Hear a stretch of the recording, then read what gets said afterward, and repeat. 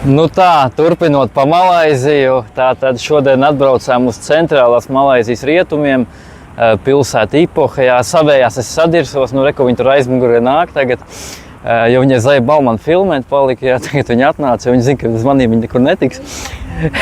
Nu tad, respektīvi, aizmugurē var redzēt ir klintis un kaut kādi džungļi. Nezinu, kā sauc, es tikai zinu to, ka tur ir 3 tempļi.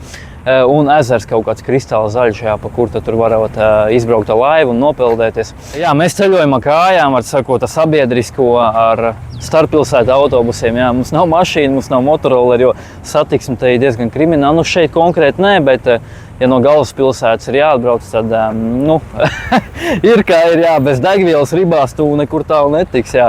Es pirmīt paņēmu vienu maziņu, jo nu, ir spriedzītē, teiksim tā, jo mēs te esam vienīgie, jā, ka šeit tā staigā nevienu balto turistu es te neesmu vispār redzējis, jā, izņemot kaut kādus aziātus un šitos te ķīniešus un tā tālāk. Un joprojām, sakot, maucam tālāk, jā, sutīgs ir ļoti karsts. Degviela vēl ir mazliet, bet sāk jau beigties. Es jūtu, ka jau depresija sāksies tā kā, jā.